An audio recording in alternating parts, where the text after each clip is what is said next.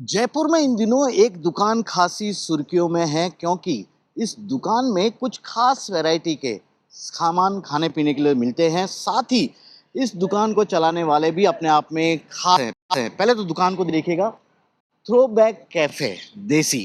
Throw back मतलब पुरानी यादों को सहेजने वाली देसी दुकान। अब ये दुकान क्यों अपने मायने में खास है, मैं आपको अंदर ही ले जाके दिखाता हूँ और उस शख्स से भी आप जिसके चलते ये पूरी दुकान सुर्खियों में भी है और हर कोई यहाँ पर आना चाहता है। ये हैं संजीव श्रीवास्तव, बीबीसी के भारत के हेड। करीब 42 साल तक ये हिंदुस्तान में बीबीसी के प्रमुख रहे, लेकिन आज ये थ्रो बैक कैफे चलाते हैं। इनके कैफे की खासियत हम खुद ही इनसे जानने की कोशिश करते हैं। संजीव जी, तो आपको शुभकामनाएं इस नई पारी की शुरुआत के लिए। करीब 42 साल पत्रकारिता के लिए आपने दिए और अभी भी आप पत्रकारिता करते हैं। थ्रो बैक कैफे, क्या किस तरह से ये आइडिया आया और इसके पीछे का कोई कहानी होगी? 42 साल पत्रकारिता करते हुए बीबीसी में मैं 18 साल करीब रहा था और उसमें से कुछ वर्ष में यहाँ भारत संपादक था, उससे पहले भारत संवाददाता था। तो बहुत अच्छी पारी रही पत्रकारिता की और चल रही है ईश्वर की दया से, दोस्तों की दुआ से। तो बहुत अच्छा चल रहा है। ये तो मेरा एक शौक था, बीच बीच में ख्याल आता था और कचौड़ी खाने का शौक है तो खुद भी मन करता था कभी अच्छी कचौड़ी बना के बेचेंगे भी। और लेकिन कभी मौका नहीं लगा, व्यस्त रहे, इधर उधर घूमते रहे, अलग अलग शहरों में पोस्टिंग। पिछले 3-4 साल से मैं जयपुर में हूँ, यही मेरा होम टाउन है और यहाँ घर पे रह रहे हैं और उस तरह की सक्रियता भी नहीं है कि कोई रोज़ सवेरे से शाम किसी दफ्तर जाना है। और मैंने सोचा ये अच्छा अवसर है अपनी शौक को पूरा करने के लिए, अपनी हसरत निकालने के लिए। तो बस ये शुरू हो गया। छोटा सा प्रयास है, कोई ऐसी बात नहीं है, लेकिन हाँ थोड़ी शक्ल इसकी अख्तियार कर रहा है, थोड़ा लघु से ऊपर का उद्यम बनता जा रहा है। तो मज़ा आ रहा है, आनंद आ रहा है। मजा आ रहा है, आनंद आ रहा है। लेकिन जितने पत्रकार होते हैं सर, हमने ज्यादातर देखा उनकी कोशिश होती है या तो वो राजनीतिक नियुक्तियां ले, प्रोफेसर बन जाएं या फिर राजनीति में ही चले जाएं। ये कचौरी की दुकान, कोई खास वजह? भाई राजनीति में कोई बड़ा पद ऐसा हो या चुनाव लड़ने जैसी तो मेरी वैसी शख्सियत नहीं है। मैं बड़ा मुंहफट और ऐसा आदमी हूँ। राजनीति में आपको बहुत संभल के संतुलित हमेशा बात करना, तो मैं पत्रकारिता के क्षेत्र में तो संतुलित बात करता हूँ, लेकिन मन की बात इतनी बार जुबान पे हो जाती है कि शायद मैं बहुत सार्वजनिक जीवन के लिए उपयुक्त नहीं हूँ, इसलिए मेरे कभी वो ख्याल भी नहीं आया, न मेरी ऐसी कभी इच्छा मन में बलवती हुई पढ़ाने लिखाने का। हाँ थोड़ा बहुत जो भी, आप इतने साल संपादक रहे तो अपने साथियों के साथ जो डिस्कशन था तो मैं भी कुछ पढ़ लिख लेता था, उनसे सीख लेता था, जो मेरा अनुभव होता था उनसे बांट के शायद वो भी कुछ सीखे होंगे। तो मैं तो उसी को मेरी पढ़ाई लिखाई का हिस्सा मानता हूँ और बहुत बहुत बहुत बढ़िया रहा है सब कुछ और अभी भी सब ठीक ही चल रहा है। संजीव जी, देखिए, मैं आपकी जो खास तरह की कचौरी है उसके बारे में जानना चाहता हूँ, क्योंकि शायद जयपुर में कुछ गिने चुने शायद ही कोई बनाता होगा। आपके जो मटर वाली कचौरी है उसके बारे में हमने भी तारीफ सुनी है, लेकिन सवाल ये है सर, दुकान का नाम भी काफी यूनिक है, थ्रो बैक। किन यादों को ताजा करने की कोशिश कर रहे हैं? सबसे पहले तो मैं एक बात कहना चाहता हूँ कि किसी चैनल पे मैंने तो नहीं बोला, लेकिन वो जो नीचे टिकट चलता है उसमें ये आया कि अच्छी कचौड़ियाँ नहीं बन रही हैं और इसलिए गुणवत्ता को ध्यान में रखते हुए संजीव ये कर रहे हैं। तो मैं तो भाई बहुत अच्छी कचौड़ियाँ खाई हैं जयपुर में और न मैं किसी के साथ कंपटीशन में हूँ, न मेरी ऐसी स्थिति है। एक से एक कचौड़ी बनाने वाले और हलवाई शहर में मौजूद हैं, तो मैं किसी की भी, चाहे मेरा उसमें कुछ नहीं था, किसी से गलती से किसी डेस्क पे किसी ने वो लाइन लिख दी होगी, तो मैं सबसे पहले तो ये बात को यहाँ पे ख़त्म करना चाहता हूँ कि भाई मेरा बहुत सम्मान है और मैं बहुत इन्जॉय करता हूँ कचौड़ियाँ दूसरों की जो सब बना रहे हैं और बहुत अच्छी बना रहे हैं। बस मेरा थोड़ा ये है कि हम थोड़ी गुणवत्ता और साफ़ सफाई की कोशिश रखते हैं, अन्य लोग भी रखते होंगे। हम बिल्कुल रिफाइंड ऑयल नहीं इस्तेमाल करते, जैसे मैं घर में हमेशा प्योर फिल्टर ऑयल खाता हूँ, उसी तरह की चीज़ हम बनाने की कोशिश कर रहे हैं। और जहाँ तक मटर कचौड़ी की बात है, बिल्कुल आपने सही कहा, कोई इक्का दुक्का लोग बना रहे हैं। दिल्ली वगैरह में काफ़ी चलती है, जहाँ मैं बहुत रहा, तो हमारे घर के पास भी एक अच्छी शॉप थी। तो जब ये बात, पहले तो बहुत विरोध किया घर वालों ने और मेरी पत्नी ने भी, लेकिन जब उन्होंने कहा कि ये देखा कि सुनते तो है नहीं किसी की और कर ही रहे हैं, तो ये मेरी पत्नी का आइडिया था कि भाई दाल प्याज वगैरह सब बनाते हैं तो मटर कचौड़ी भी अपन ट्राई करते हैं। तो उसका मसाला वही बना रही है और लोगों को पसंद आ रही है, ये कृतज्ञ हूँ मैं इसके लिए।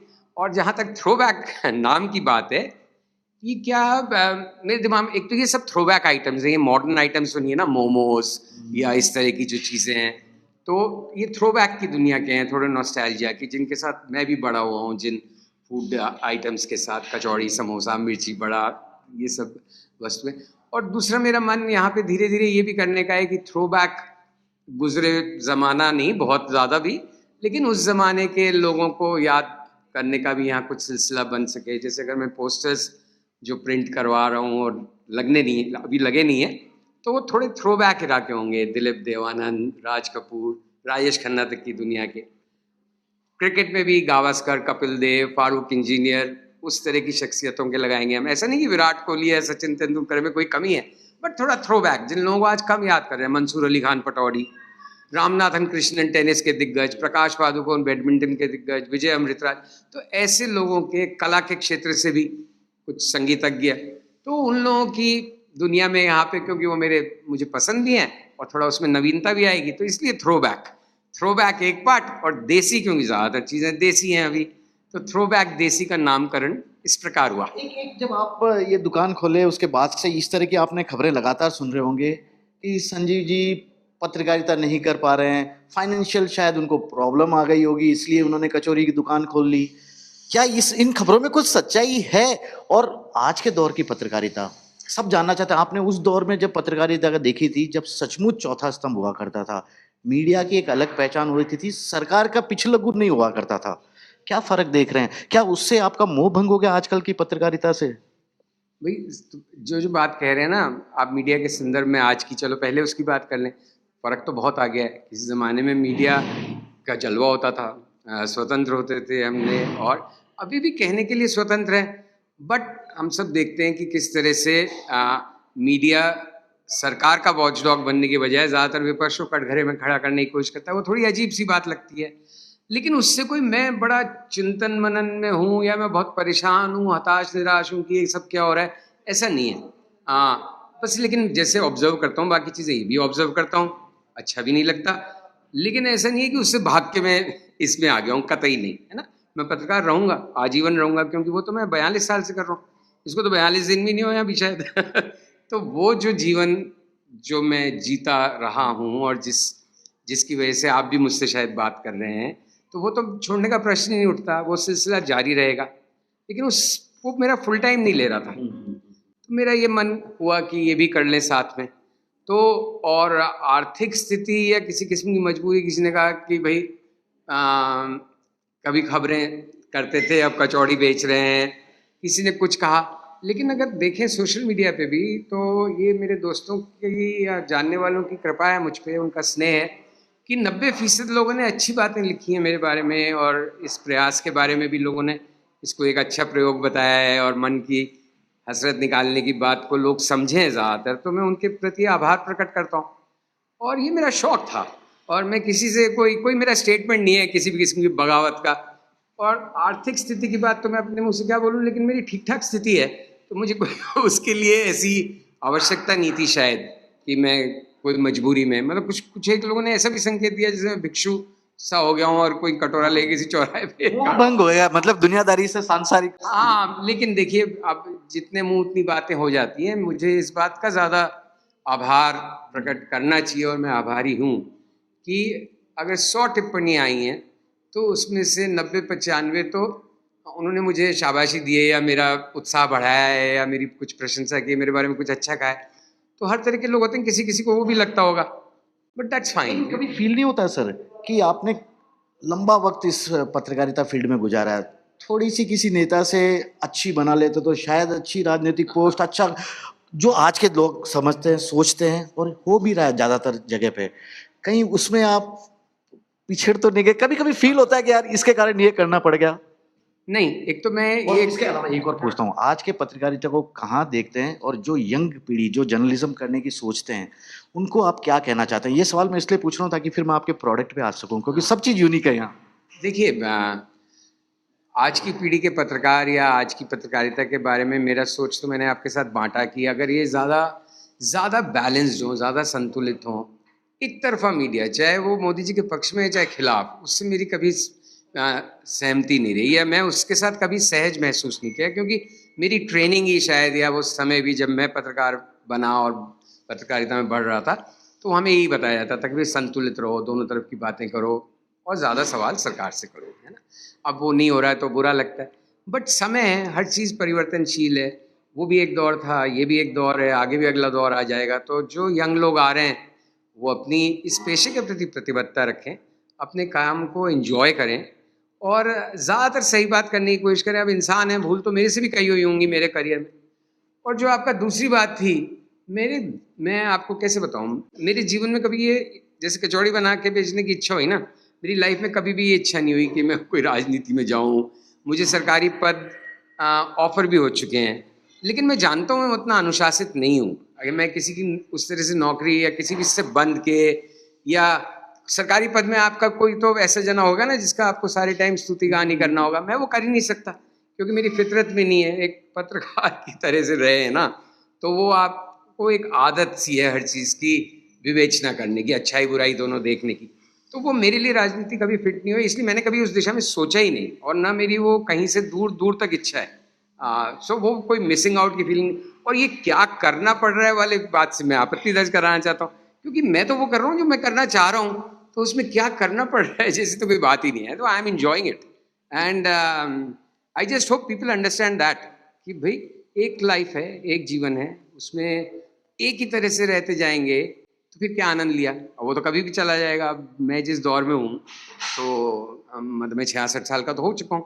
अब भगवान ने मेरी कितनी और आयु और समय लिखा है तो मुझे मालूम नहीं, लेकिन जितने दिन रहूँ स्वस्थ रहूँ और मस्त रहूँ, ये मैं खुद अपने लिए चाहता हूँ।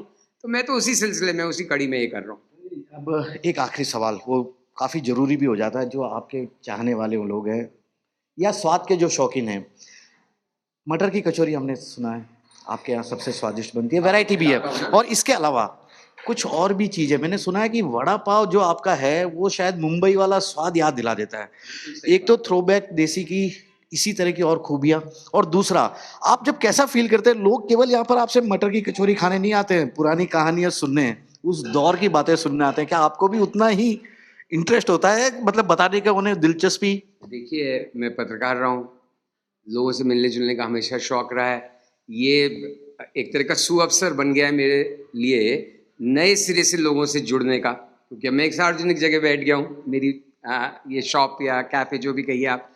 तो यहाँ पे जो लोग आते हैं, ऑफ कोर्स उसका एक कारण मैं भी होता हूँ, वो मुझसे बात करना चाहते हैं, अपनी बातें मुझे सुनाना चाहते हैं, मेरी बात कुछ बातें सुनना चाहते हैं। शायद सबसे ज़्यादा वही एक तो उसका मुझे बहुत आनंद आता है, क्योंकि देखिए पत्रकारिता क्या है, पत्रकारिता जीवन और ज़मीन से जुड़े रहने का एक वो है रास्ता। इससे बेहतर कहाँ है कि जब मैं रोज़ के दिन के 50-100-20 नए लोगों से मिल रहा हूँ, कई और ख़ासकर उसमें युवा वर्ग के बहुत लोग आते हैं, तो मुझे आज का सोच से मेरा परिचय हो रहा है, उनकी प्राथमिकताएं, उनकी आवश्यकताएं, उनकी प्रॉब्लम्स तो अभी तक किसी ने शेयर नहीं की है, बट वो समझ रहा हूँ, जान रहा हूँ। तो मेरे अंदर का पत्रकार जो है, या जो मेरे अंदर की जिज्ञासा है, वो भी तो कहीं ना कहीं उनके उत्तर मिल रहे हैं मुझे। तो ये तो एक पन दो काज होता जा रहा है। एक्चुअली मुझे लगता है ये कि इस सब समझ से और जुड़े रहने से मेरी जो विश्लेषण है या समझ है वो भी थोड़ा बेहतर ही होगी, कुंद क्यों पड़ेगी। सीखने सिखाने का मौका आप यहाँ पे भी नहीं चूक रहे हैं। मेरे ख्याल से कोई भी नहीं चूकता, जो भी थोड़ा भी जिसमें थोड़ी बहुत भी समझ होती है वो सीखने का मौका तो कभी भी नहीं छोड़ता। अब थोड़ी ये वैरायटी वाली खासियत बता दीजिए जिसके लिए लोग खींचे चले आते हैं आपकी तरह। तो देखिए, मटर की कचौड़ी हमारी स्पेशलिटी है, और अब हमारे से बहुत अच्छा है इसका मसाला है, मैं आपको खिलाऊँ एक, अगर आप खाना चाहें। और दूसरी चीज़, हमारे यहाँ कोई भी चीज़ बहुत तेज़ मसाले की नहीं है, इसलिए नहीं कि मुझे चटपटा खाना अच्छा नहीं लगता है, लेकिन क्या है कि चटपटे को कम हल्का नहीं कर सकते। तो जिसको और चटपटा खाना है वो ठीक है, कुछ लोग आते हैं कि इसको और तीखा बनाइए, लेकिन हल्की चीज़ सब जने एंजॉय कर लेते हैं, सब लोग खा लेते हैं, किसी को थोड़ा तीखा बेहतर लग सकता है। तो ये कचौड़ी, समोसे, प्याज की कचौड़ी, दाल की कचौड़ी भी बहुत अच्छी क्वालिटी की है, मुझे तो स्वादिष्ट लग रही है, लेकिन ये फैसला मैं खाने वालों में छोड़ना चाहूँगा। कुछ मिठाइयाँ भी हम बना रहे हैं, बहुत ही सीमित, जैसे ये बालूशाही है। ये सभी राजस्थान के वो स्वाद हैं जो हर गांव, ढानी और या हर त्योहार में आपको नजर आए। सही बात है। देखिए, एक तो इस जगह का सीक्रेट ये है कि यहाँ पे वो सब चीज़ें हैं जो इनका मैं खुद शौकीन हूँ। जैसे मुझे बालूशाही बेहद पसंद है, ये बेसन के लड्डू मेरी पत्नी का फेवरेट है। तो ये 2 आइटम हैं। गाजर का हलवा हमें बहुत अच्छा लगता है और वो मेरी पत्नी बना रही हैं एक तरह से। इनके तो अच्छे हलवाई हैं, हमारे भाग्य से अच्छे लोग मिले हुए हैं। सारे नमकीन यहाँ मिल रहे हैं, ये प्योर फिल्टर ऑयल के हैं, जैसे मैंने आपको पहले बताया। कुछ भी मिक्स मैच करने की कोशिश नहीं करते कि भाई घी के मतलब मैं छोड़िए ना ये बात, मतलब हम अच्छी शुद्ध चीज़ रखने का प्रयास है। और ये कहते हुए भी मेरे में इतनी समझ है कि इंसान है, कभी कुछ हो सकता है, कोई चूक हो जाए, कोई भूल हो जाए, तो इसलिए ज़्यादा ये भी नहीं करना चाहिए कि हम ऐसे कर रहे हैं वैसे कर रहे हैं है ना। तो बस एक प्रयास है जिसको मैं अच्छी तरह से पूरा करना चाहता हूँ, जितना मुझसे बन पड़े, साफ सफाई शुद्धता के साथ। और उससे भी ज़्यादा मैं इसको एंजॉय कर रहा हूँ, इस प्रोसेस को, और करते रहना चाहता हूँ। जब एक पत्रकार कुछ करता है, कुछ सोचता है, तो बेहतर ही सोचता है, बेहतर ही करने की कोशिश करता है। और जब बात संजीव श्रीवास्तव जैसे शख्स की हो तो कहना ही क्या। यहाँ पर आपको न केवल स्वादिष्ट लज्जतदार कचौड़ियाँ और दूसरी चीज़ें खाने को मिलेगी जो कि हर गांव, ढानी, शहर या अपनी परंपरा का हिस्सा हैं, बल्कि यहाँ पर आपको कई ऐसी रोचक बातें भी जानने, समझने, सुनने को मिल पाएगी जो कि शायद बहुत कम जगह पर देखने को या सुनने को मिलेगी। श्रीवत्सन, जयपुर, न्यूज़ 24। नमस्कार, मैं हूं मानक गुप्ता। अगर आपको हमारा ये वीडियो पसंद आया हो तो इसे लाइक और शेयर जरूर करें। और हां, हमें सब्सक्राइब और फॉलो करना ना भूलें ताकि आप देश और दुनिया की कोई खबर मिस ना करें। तो जुड़े रहिए हमारे साथ और देखते रहिए न्यूज़ 24।